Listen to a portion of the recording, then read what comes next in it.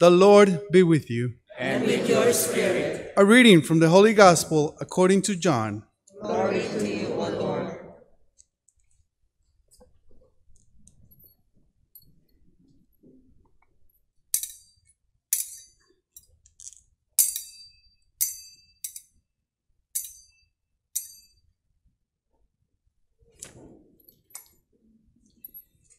Jesus said, I am the good shepherd. A good shepherd lays down his life for his sheep. A hired man who is not a shepherd and whose sheep are not his own sees a wolf coming and leaves the sheep and runs away, and the wolf catches and scatters them. This is because he works for pay and has no concern for the sheep. I am the good shepherd, and I know mine, and mine know me. Just as the Father knows me, and I know the Father, and I will lay down my life for the sheep. I have other sheep that do not belong to this fold. These also I must lead, and they will hear my voice, and there will be one flock, one shepherd. This is why the Father loves me, because I lay down my life in order to take it up again. No one takes it from me, but I lay it down on my own. I have power to lay it down and power to take it up again. This command I have received from my Father. The Gospel of the Lord. Praise to you, Lord Jesus Christ.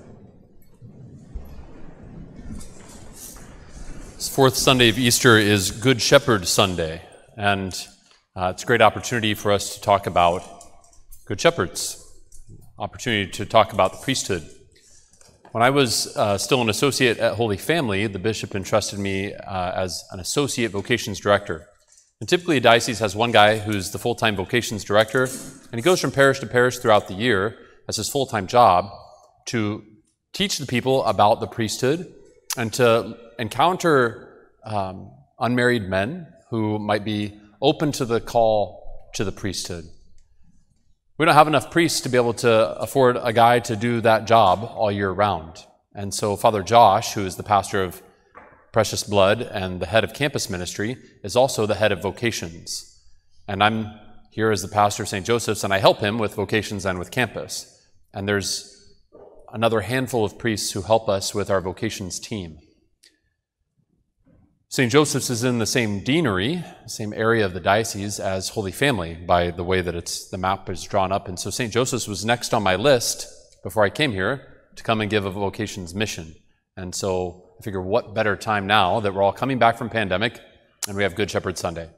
So what I'm doing today is I'm preaching at all of our masses, my fifth mass in the last 18 hours. And it's been wonderful because I get to share the joy of my vocation. I'm not going to talk so much about my personal story, but about what the priesthood of Jesus Christ is. So many people who don't understand what the priesthood is. If we did understand what the priesthood was, we wouldn't have any trouble filling up the seminary. But it's because of all the misunderstandings, because of all the, there's so many obstacles that are put in the way by confusion about the priesthood that make it seem unattractive or undesirable.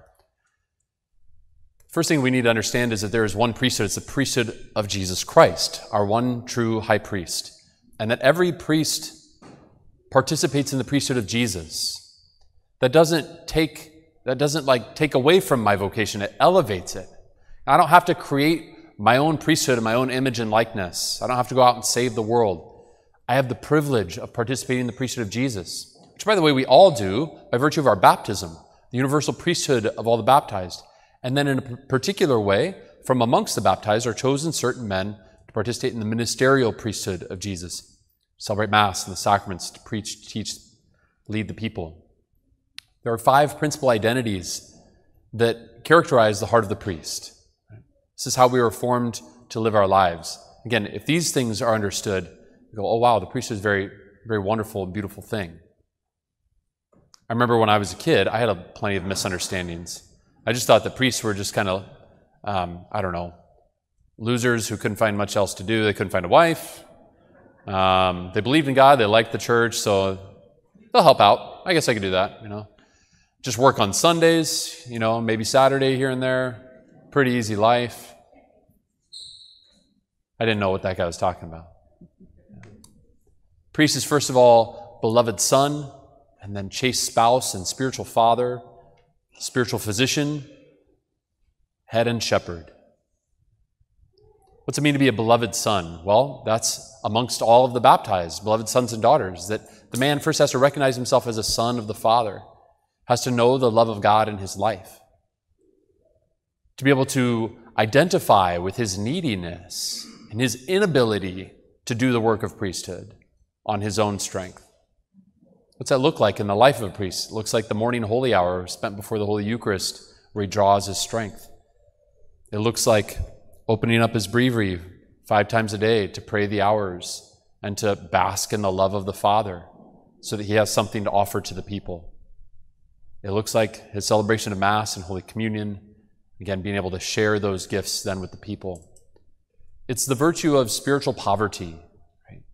Knowing that what he has to offer on his own is not enough. It must be done in union with the Father. If Jesus does all of his work in union with the Father, then it's pointless for any priest to try and do anything without being in union with the Father. Right? Priesthood exemplifies a lot of the virtues that it takes to be a disciple of Jesus. We all have to be dependent on the Father.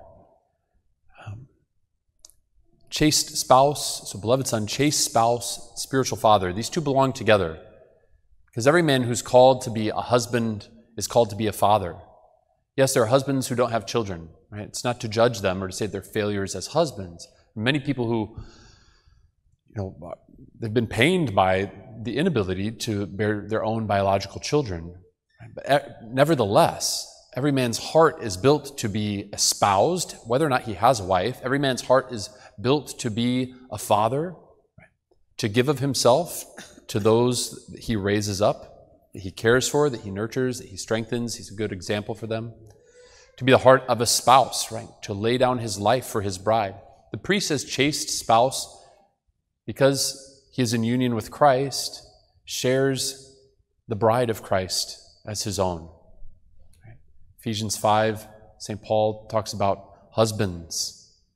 Right? You have to lay down your lives the way that Christ did for his bride, the church. So are you meant to lay down your lives for your bride. Right? It's a beautiful opportunity to share in that mystery. Chaste spouse becomes a spiritual father. A father's meant to be present to his children, to be tender and compassionate with them, to teach them, to protect and provide for his family. That's what a priest does for the church. Very often in our world, we see men who don't allow the heart of the husband, the heart of the father to develop the way that they're meant to. We're in a crisis of masculinity. We're in a crisis of femininity in our culture. We're also in a crisis of priesthood and equally as much of married life. The statistics for marriage inside and outside of the church aren't very different. It's because the church is broken. It's because our parishes are broken. It's because our families are broken. It's because we as individuals were broken. And unless we know where to take that brokenness for healing, it just continues to decline. It doesn't get better over time, it gets worse. Thanks be to God that Jesus Christ, the Good Shepherd, who has the power to lay his life down on his own terms and to raise it up again. If it weren't for the resurrection, then as St. Paul rightly says, we are the most foolish of all people.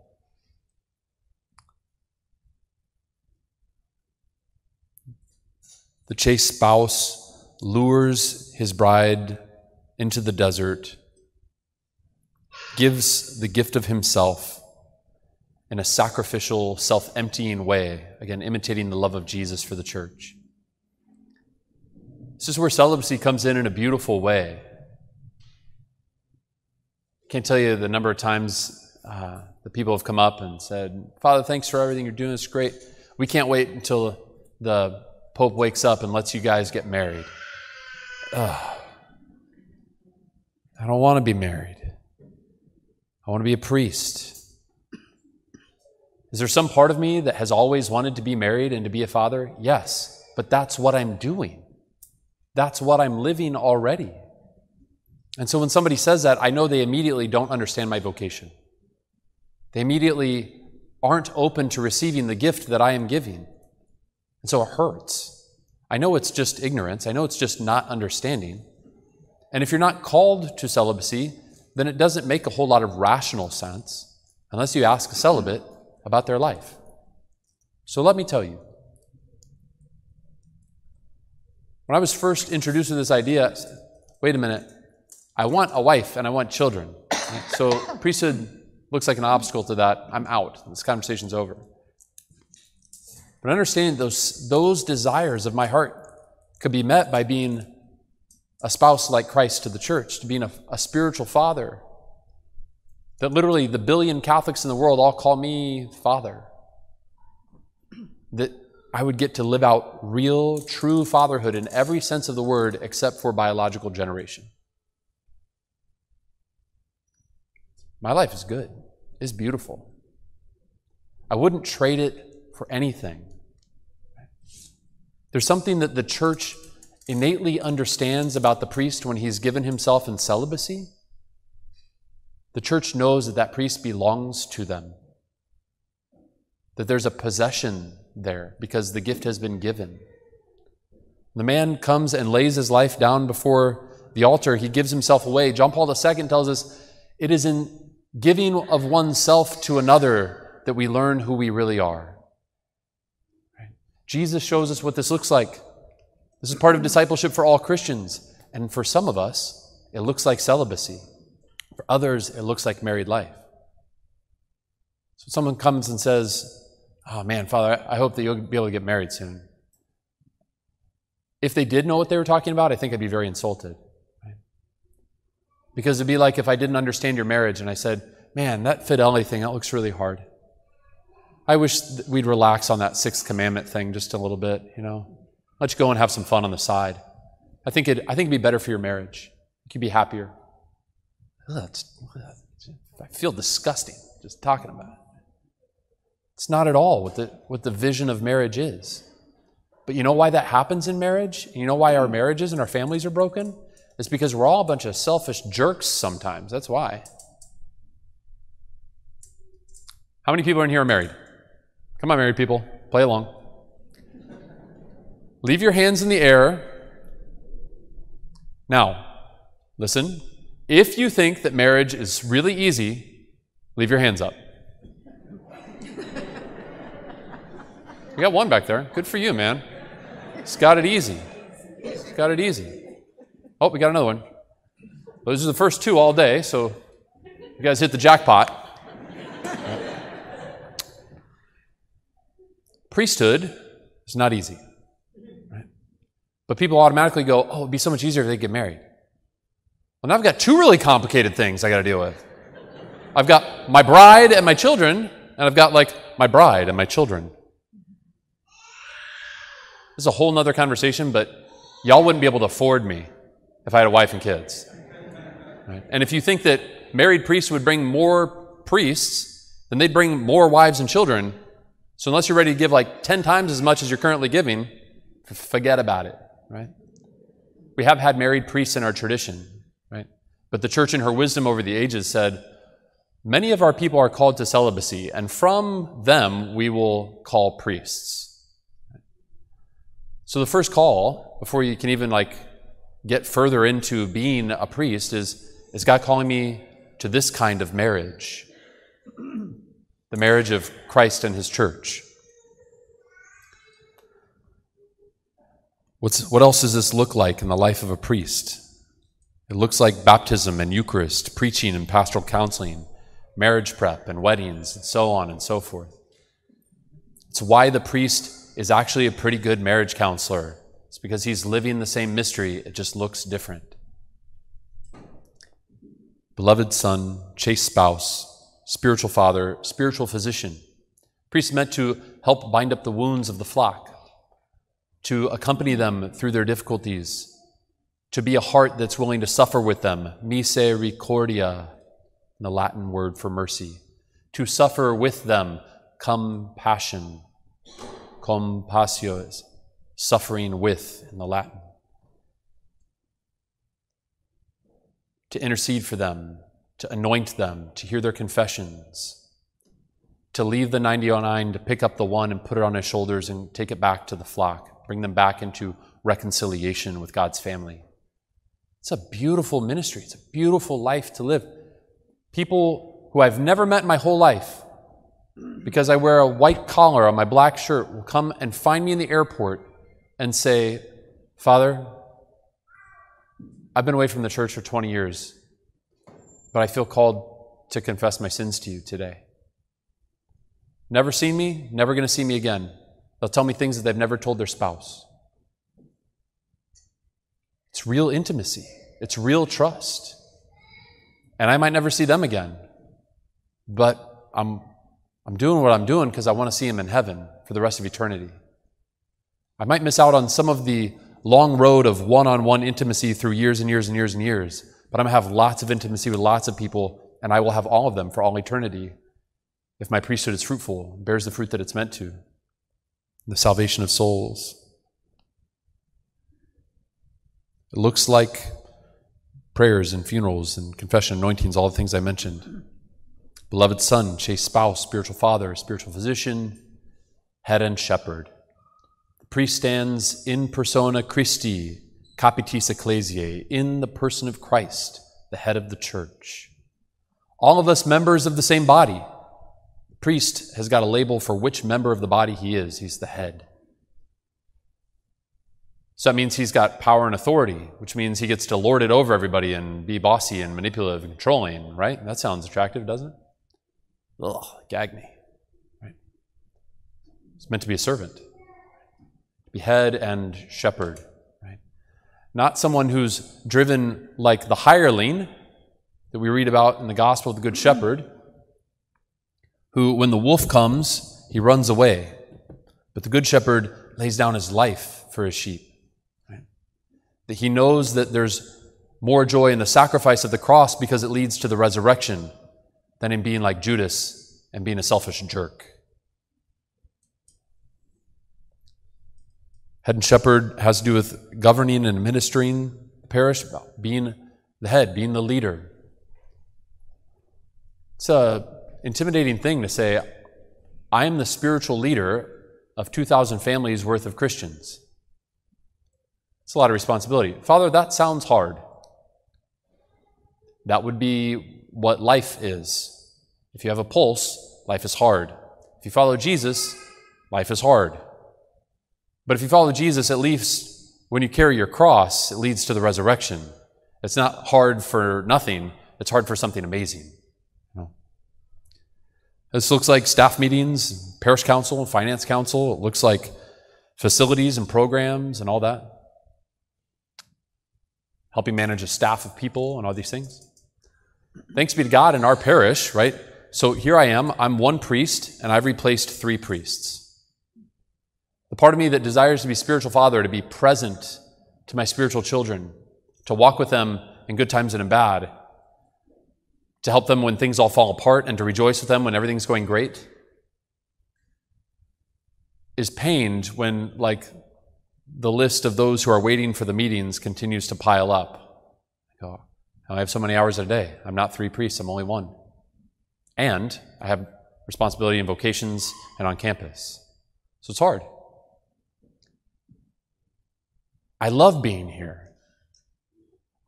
I don't have a need to be anywhere else except for the fact that I've been given these, entrusted with these responsibilities that I also love. But every time I leave here to go to campus or to go and do work for vocations, I'm doing it very much with you in mind because I want you to have good priests, because I want you to have good spiritual fathers who are walking with you day in and day out. I'm doing it for you and for your children, for your grandchildren, because right now we're not doing well. Thanks be to God, we've got a guy named Dennis Johnson in our office who handles the whole temporality side of the house. You guys seen over the last year and a half a lot of physical improvements on campus? The place looks really good. Didn't always look this good. Right? That's all thanks to Dennis and everyone that Dennis has been working with. It's not single-handedly doing it, but he's running point on that part of our parish team. That the bishop sent him here 6 months ahead of me, and when I was named, he said, You two are going to be joined at the hip leading this place together. So I do the pastoral leadership, and he does a lot of the businessy kind of administration. Thank God I'm not the one that's like balancing the budget over there. No experience, no education in that area, right? We're all better for it. The priesthood is a beautiful, mysterious thing. To be a beloved son, chaste spouse, spiritual father, spiritual physician, head and shepherd. To let the life of Jesus be lived again in me in this unique way called priesthood is a great and mysterious and beautiful thing. But the priesthood's in rough shape. I'm very sorry. It's a great pain for me that so many priests have caused so much damage. We're all familiar with the scandals, but there's a million other, less kind of public scandalous sorts of ways that the church has been hurt by priests, that were never reported on the news, that were not an arrestable offense, but something that happened between you and him. I know because I've hurt people myself. I never try to, but just as any father doing his best is going to wind up leaving some sort of mark of injury on his children, on his spouse. There's this intimacy, and when things get intimate, they're more sensitive. It's not easy to bear the weight of that collar because now everything you say is like 10 times its normal weight, and you're still just a man. All the more important to live out of that identity as a beloved son and let Jesus do the work. It's not easy, and I'm sorry for any ways that I've hurt you. I'm sorry for any way that I've ever hurt any of the children of the church. But I also want to make a point to say, for a lot of the great evils that have been done by men who, like it or not, are my brothers, I'm sorry. I can't undo it. I can't make it better like that, but what I can do is I can offer you myself and try to be the best priest that I can be. And I could use some help. I asked a bishop once, I said, how many seminarians what's your goal, your vision for how many seminarians you need for your diocese? He said, 1 from every parish. I said, that sounds really reasonable, right? Whole parishes of people, just 1 seminarian, not a priest and a deacon, just a seminarian. Somebody who's open enough to follow the call of God to say, this might be for me. This really might seriously be my life, and I need to go and try it on and walk into it and figure this out. Right? 1 per parish. So I started applying that math to our diocese. So 92 parishes and missions in our diocese. Just for easy homiletic math, we'll round that up to 100. Process of seminary takes between 7 and 9 years for a man to be formed and to become a priest, to be ordained. Homiletic math, round that up to about 10 years. So every year, you add 10 new seminarians until 10 years go by, and then you've got 100 seminarians, right? So how often does each parish need to foster a vocation that's ready to enter the seminary? How many seminarians over how much time? 1 seminarian per every 10 years per parish. Math makes sense, right? Checks out. So in a decade, how many single men, boys who will become men, pass through the doors of our parish? Thousands. We have 2,000 families that are registered. Okay. How many other people that are coming and going and whatever? 1 seminarian per 10 years. If we did that, we'd have 100 seminarians. We have 30 seminarians in our diocese. That means that once every 35 years, on average, a parish fosters a seminarian's vocation. The tens of thousands of single males that pass through a parish in 35 years, and 1 just enters seminary. And out of the ones that go to seminary, about 1/3 of them will drop out at some point, which is fine. It's a normal part of the process. It's called discernment. You've got to find out, is God calling me to this? I'm talking about these numbers because they aren't very good, are they? Seminarians go down, we get less priests. Right now in our diocese, priests are retiring and dying much faster than they're being ordained. We've had some years where we ordained 0 men. Well, we didn't have 0 retirements and 0 deaths. Out of the about 100 parishes that we have priests that belong to our diocese and remain in our diocese for their whole priesthood, and are active 150. Right? So that's okay right now. It's like priest and a half per parish. Not great. It's enough to sort of survive. But that number is going to keep dropping. Right?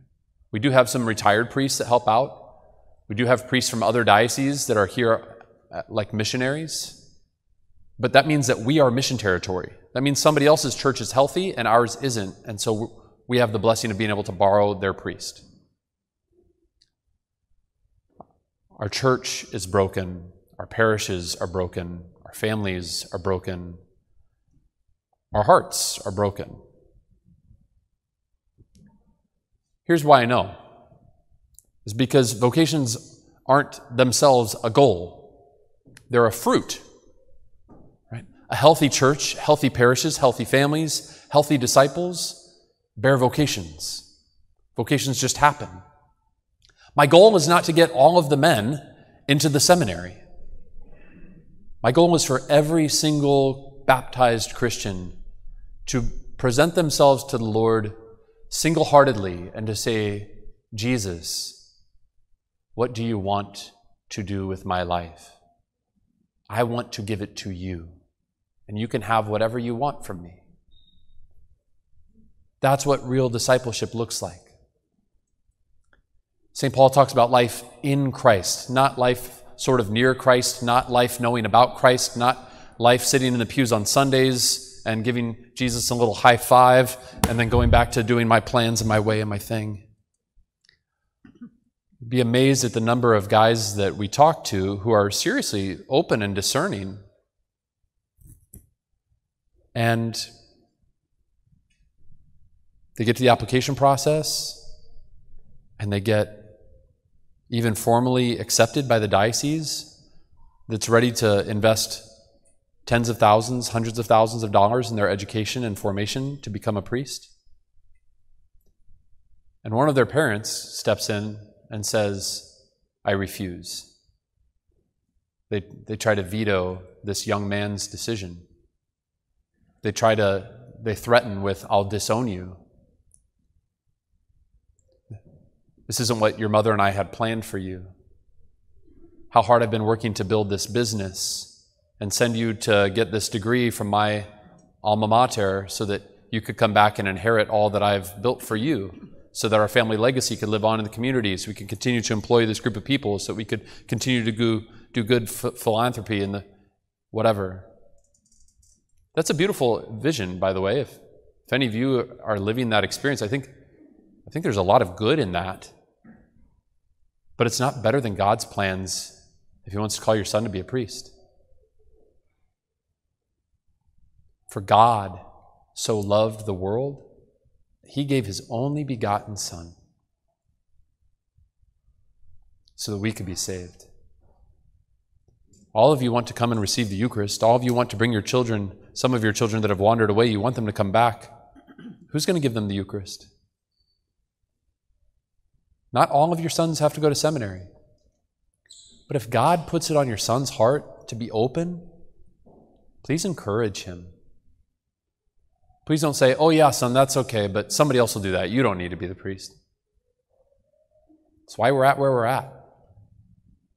If you want to know what the future of our diocese is going to look like, look north and then look east.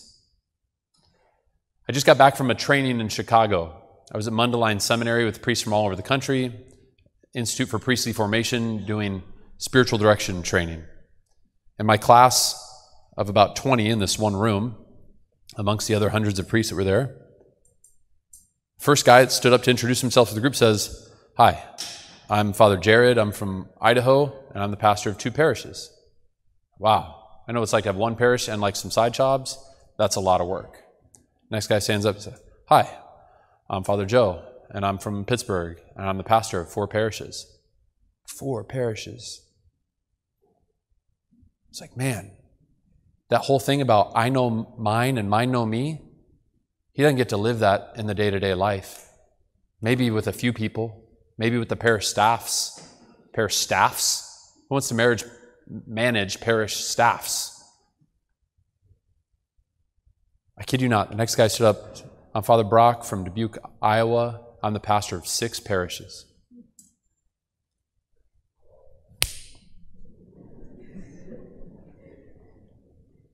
Sorry, just say 6 parishes? Like, this doesn't make sense. This doesn't make sense, right?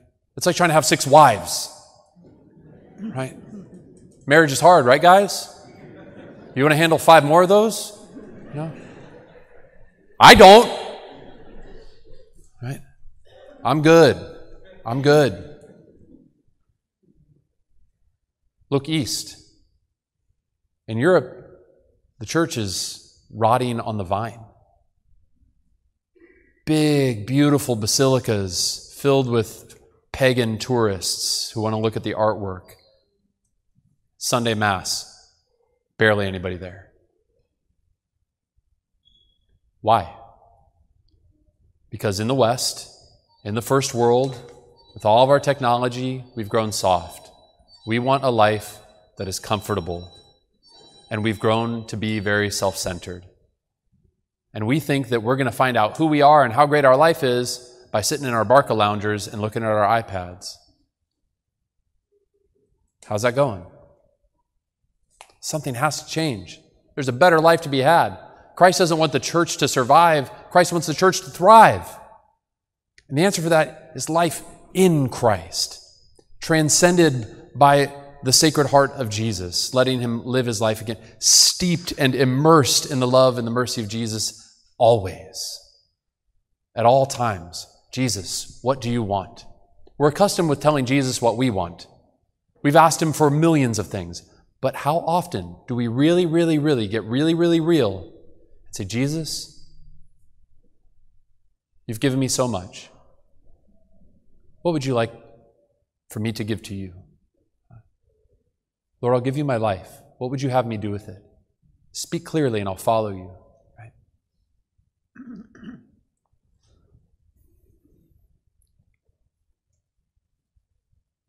If we have faith-filled disciples, individuals, if we have faith-filled families of disciples, if we have parishes filled with true disciples living life in Christ together, if we see in certain individuals the qualities and characteristics that we desire to see in a holy priest, and we tell him, hey, you might have this call. I want to encourage you to pray about it. Ask the Lord. You'd make a good priest. Don't go and pay lip service to some young man just because he's a male, okay?